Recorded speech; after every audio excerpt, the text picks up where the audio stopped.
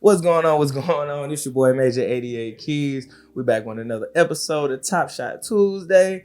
And I know I'm funny than a motherfucker, but I'm gonna let my boy right here introduce himself, man. Tell the people who you is, man, what it is that you do, man. What's going on, y'all? It's comedian B Choco. That's _BCHOCO. You know, a lot of people get that a little confused. But You gotta spell it for the people. Yeah. Gotta get that. Everybody didn't pass that in class. Yeah, you know what I'm saying? Put a little number, little at name on the side. I don't know how this gonna work, but you know what I'm saying. Y'all get it. Y'all get it. Okay, yeah, man. Comedian based out of Atlanta. Well, from Detroit, but based out of Atlanta. So that's where I'm at. Man, I see you. Yeah. From Detroit. Okay. Yes, sir. I'm originally from Maryland, DMV. Okay, for sure. You know what I'm saying? Okay. Nah, that's what's up, It was cold up there. I already know. Man, that's why I left. Ain't nobody got time for that. For real. Bruh. My dog froze to death in Detroit, boy. -7 degrees. Yeah, ain't nobody got time for that, bro. You lucky they ain't come get you. They don't play about them animals. Yeah, they don't play about them. That's another story, but I don't know if we can tell. Try to tell. Nah, yeah, we off that. Nah, this way. But man, so you from Detroit, you down here in A. You know what I'm saying? How long you been down here? I've been here for a minute, maybe since 2008. Okay. So yeah, I went to high school here and all that. Oh, well, see, where I'm from, if you went to high school here, you from here. Yeah. That's how it was. That's how it is in St. Louis. I'm again from Maryland, but I went to high school in St. Louis, and St. Louis is a big high school town. Like they on some motherfuckers be 40 years old talking about what high school. Bitch, what? What you mean what high? Yeah. But it helps them put you in a not a box, but like an area, like, oh, okay, you from that side of town, or you from, you know what I'm saying? Sure. It just kind of helped them to know what side of town Mud's kind of coming from. So I get it, but after some point, I'd be like, why are we talking about high school? That's just where it's at, man. I don't know what it is, but yeah, every time I go back home, they're like, bro, you ain't even from here no more. They say I sound country and all that. Like I talk That's fine. And all that. So. And look, I be like, show right. Yeah. So man, so how long you been doing like the comedy thing, man? To be honest, it's been on and off, man. I think that I really knew that I wanted to do comedy probably, I want to say 2013 when I first started college, my first year of college. Okay. I think that's when I first knew that I wanted to do it.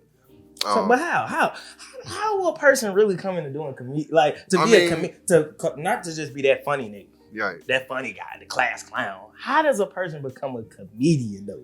I mean, it really takes discipline and consistency to call yourself a comedian, because everyone's funny. Everybody. That's why I had to say it like that. Like we ain't finna just comedian. No, it's a title. You know what I'm saying? Like it's definitely a craft. You worked your way up to the comedian. You know what I'm saying? I never got to comedian level. I was the funny guy, class clown. Right.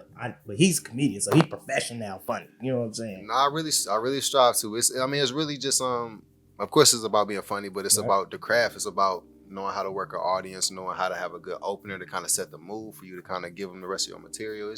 It's really a science to it, but it's really it's not to give them the sauce, but what is a preparation for a set? Like, and I'm gonna give you a scenario. Mm-hmm. Somebody book you, they tell you the crowd is about 25 to 40. Okay. In age range. Mainly females, mainly couples. Mm-hmm. How you gonna approach that scene? I mean, it's different. I don't really think it's about.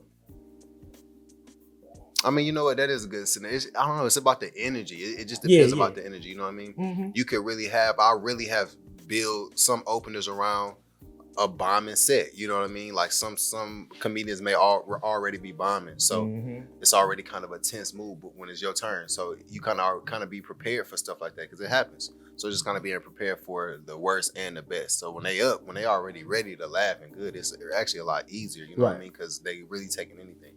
But when they already been bullshitted for like 3-4 comedians, they ready to laugh. So you have to be prepared for that. You know what I mean? And that's just really what it's all about. Okay. How difficult is it to prepare a 5-minute set? I mean, it just depends on how many times you do it. I mean, I don't know. I don't know. If you have so many jokes, my man, you want to squeeze them all into 5 minutes, then that could be easy. But working out your 5 minutes I don't know. It can make. I don't know. Do you got a tail end joke like when they give you that flash or that wrap up signal. Like you got that. Oh, okay, it's time to wrap up. All right. Yeah. When they get that, I just found out I'm about to be a dad. You know what I mean? Okay, I'm just about to be a father. Man. Thank you, man. Hey, I'm a father too, man. Appreciate it. Two boys of my own, man. So you're an OG. So yeah. And I mean, to be honest, like, and I'm gonna be in this life because you never really know how like hard it is to not have a dad until you get out in this world. You know what I mean? Until you really, you go to the bathroom and you the only man sitting down to pee. It's just like, where my dad at? Right. You know what I'm saying? You know what I mean? You know what I'm saying? I'm trying to get comfortable. Nobody else, you know what I'm saying? So people looking at me weird because I'm peeing sitting down. But then they tell me, Brian, stand up. You know what I'm saying? Get up because you looking stupid. So I stand up to pee, but my pants still down, booty out. Right. So I'm still looking stupid because I ain't had no dad in my life. Right. Well, you got a dad in your life. You peeing when you stand up. Right. No, it's real. That's a real realness that you gave it. That was some real shit. Because there ain't been a lot of y'all. Bro, nigga, I done walked in the bathroom and I didn't seen that before. Right, like nigga just peeing, you know what I'm saying? Because they ain't had no dad. Nobody told them. Like, gave them the right direction. Keep walking. I'm just gonna keep walking. You know but that's real though. Be like, he was like, damn, that's powerful, brother. That was some good shit you giving me. But I'm like, you know what? I think I just saw that in the airport. Yeah. He ain't had no dad, bro. Blame the dad. He just sent them in on his own. Like, man, go pee. Yeah. Or the mom was like, just go pee. Go in there and pee, bro. Yeah, like, all right, shit, I'm gonna go pee then. But no, I mean, just, always having like something strong that they can end on, something relatable, something that they can have that they can hold on to, and something that they're gonna remember. You know what I mean? Mm-hmm. Like, just, just taking my real life experiences and trying to turn them into a joke, because that's really what I like. No, and that's, man, life is a joke. One big one at that. What's do you do like comedy full time? No, I mean, because I work, you know what I mean, as well. So it's kind of, these are good questions, but you asked, by the way. You hit me with some real ones. But I would definitely love to do it full time. I really think that's what it's going to take for me to kind of go to where I want to go. You know what I mean, to do it full time. But I'm an entrepreneur myself. Speak towards the support thing. Do you feel like you got the support in that, or do you feel like it's people like, oh man, what you doing that for? They ain't no. No. I mean, everyone who's met me, kind of knows that this is kind of like a passion of mine. Mm-hmm. So it's nothing but support. You know what I mean? So it's a lot of support. Every time I drop a skit or have a show, people that I haven't even talked to in months or years are just reaching out, just want to come out or just supporting any way they can. So it's definitely a lot of love. Yeah. No, that's good to hear, man. I like to hear that because motherfuckers be stingy with this support. Like they had to pay for that shit. Yeah. Like, damn. You run across those too, but I'm like, man, support can be free. A like is free. A share is free. For sure. You send 1 million text messages a day. Send this. For sure. You know what I'm saying? To some like-minded people. You know what I'm saying? Like, it's a boatload of things that people can do for free. And when they choose not to do it, it kind of you be like, that be the most disappointing, because it'd be like, you supposed to be my man. For sure. You supposed to be my homegirl, or you supposed to be the wifey or the man or whoever. And it's like, and this is just me, y'all. I shouldn't have to ask you. That's just me though. For sure. I feel like if we partners, you know what I'm saying? And I do support you. Now let me say that element, because y'all might got friends that y'all just don't support their dreams. But if somebody's, like you said, they support them, I would assume, and I would expect that for you to share, for you to post, for you to like. You know what I'm saying? Some people lame, bro. And it is though, but that's the thing. Like, that's why when I became an entrepreneur, I saw that side of it, of my people that I didn't like. Mm-hmm. And it was like, I've been rocking with you for 15 years. Right. Whatever. But because this is my passion, if you're not supporting this passion, then we're going to have to not stop being cool, but it's like, I can't make you a priority then in my life like I used to. You know what I'm saying? Sure. So what's something that you, what's some of your favorite things to talk about when you're doing like comedy jokes? Just, my perspective on things, I think, like, I definitely talk about a lot of family. Mm-hmm. I talk about myself a lot. You know what I mean? You can't see it, but I got a big neck. I just got a turtleneck on right now. Oh, okay. So that's all good. Yeah, so you know what I mean? I got the neck jokes all day. You know what I mean? For real, because people done roasted me my whole life. You know what I'm saying? Calling me lowercase I. the Pixar lamp and shit like that. You know what I mean? So, you just gotta push, you gotta, persevere and, you know what I'm saying, go through all the bullshit. And like, all right, I'm gonna take that. Yeah, I'm gonna eat that. I'm gonna eat that. But I mean, it's, just things that I've, experienced, because I have no problem laughing at myself. I think that there's a lot of things that are funny. You know what I'm saying? So, it is. Some things probably shouldn't be funny, but they funny as hell. I ain't gonna even lie to you. For real. I'll be like, don't tell me. For real. We're all so sensitive now, so sometimes you get a little hesitant to go there sometimes, but some things are just too funny to hold in. And some things is just too real, bro. Like, some stuff be so real it ain't funny, but but you be like, yeah, for sure. That was funny though. I ain't gonna lie to you. For sure. I know all y'all ain't laughing, but I'm laughing. Hey, don't be scared to tell the crowd too, bro. Fuck it, that was funny to me. You know what I'm saying? Like, they ain't gotta laugh with me. You know what I'm saying? That joke wasn't for y'all. You know what I'm saying? I needed a joke for me. Right. That was for me, y'all. Fuck y'all. That's cool, man. So you put out skits? I do. I'm not as consistent as I need to be, but I do drop skits. I'm really kind of working on sketches, like kind of making short films, with the comedy. Hey, dope, man. We got somebody in the building that's trying to be on more some short film stuff. So you know what I'm saying? Definitely tap in with the people, man. That's what I'm going. Yeah, because I was gonna ask you, man, because what I don't see from independent comedians, and I'm a businessman, so I'm always looking at what somebody got going and seeing how I can maybe add an idea to make what they do better. Right. And not even nothing better. It's already going on. Just position yourself like the pros. Right. I don't really see a lot of independent comedians that's not on the mainstream circuit doing their own shows like that. You know what I'm saying? Mm-hmm. Whether it's shows where they're the headliner and they got some openers, or just on some straight the show. Yeah. You know what I'm saying? Yeah. And I would feel like that would be a bigger impact to somebody that's independent doing this, because it's content.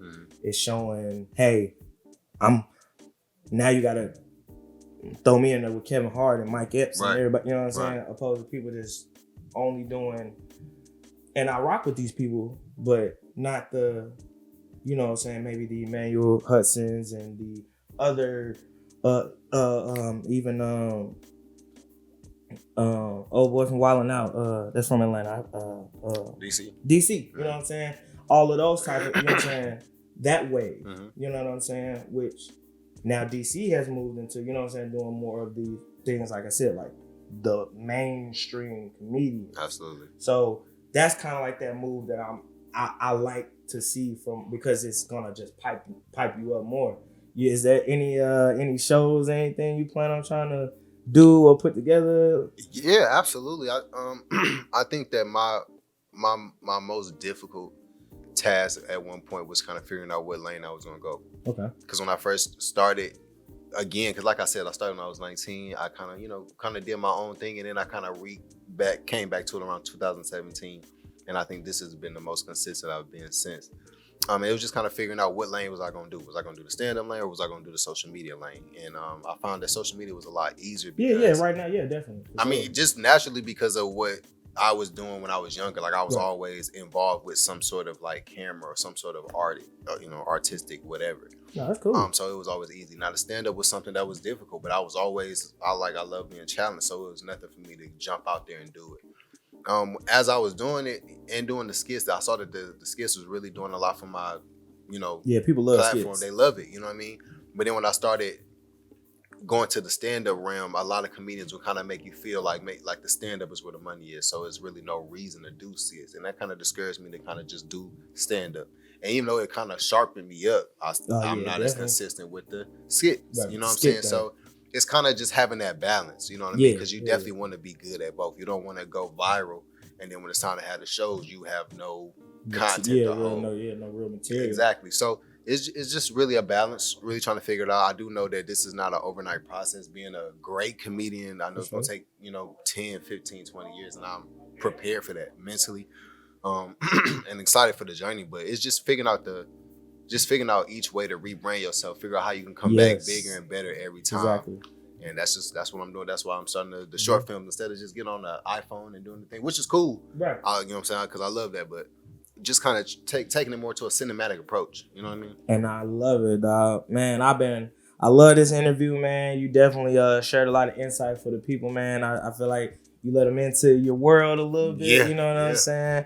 Because my mom always tell me, son, if all else fail, if that music don't work for you, baby, you kind of funny. You could do comedy. Yeah. So I was like, I even thought about doing comedy my own self, you know what I'm saying? Yeah. A little bit, you know what I'm saying? I'm a little funny. Hey, do your thing. T.I. doing his thing. Yeah, you know what I'm saying? And I seen him, dog, like, you know what?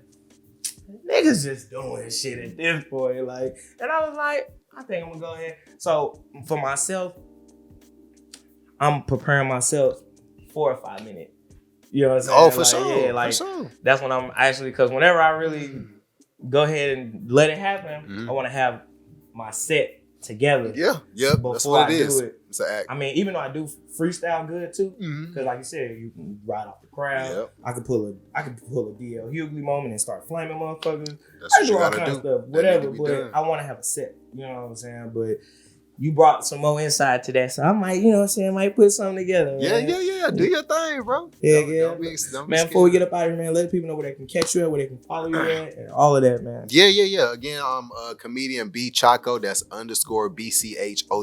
You can follow me on Instagram, Twitter, Snapchat, Facebook. Well, Facebook is comedian Bryant Williams, BRYANT Williams. Yeah, because you know how Facebook is. They throw your government in there. Yeah. So I'm gonna go ahead. That's for my old school sisters with the wigs. Yeah. You know what I'm saying? They're still wearing white diamonds. Yeah. And all of that. So going to church every Sunday and Wednesday.